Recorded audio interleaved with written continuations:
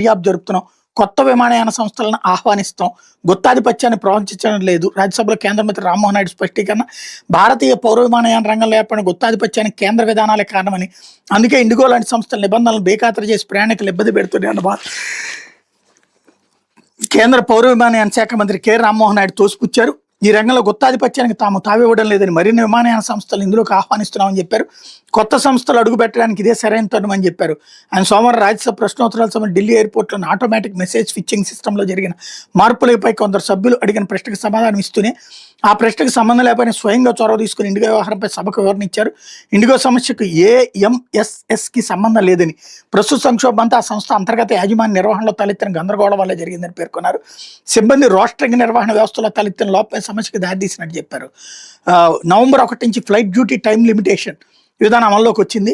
నిబంధనలు మార్చినప్పుడు భాగస్వామి పక్షాలందరితో విస్తృతంగా సంప్రదింపులు జరిపాం. అందులో ఇండిగో కూడా ఉంది.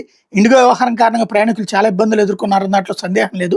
మొత్తం వ్యవహారంపై లోతుగా దర్యాప్తు జరుపుతాం, బాధ్యులపై అత్యంత కఠిన చర్య తీసుకుంటాం. ఆ చర్య భవిష్యత్తులో ఎవరి నిబంధనలు ఉల్లంఘించినా మూల్యం చెల్లించుకోవాల్సి వస్తుందని గట్టి సందేశం పంపేలా ఉంటుంది అన్నటువంటి వార్తని హైలైట్ చేశారు. ఇప్పుడు దిగ్గజాల నోట తెలంగాణ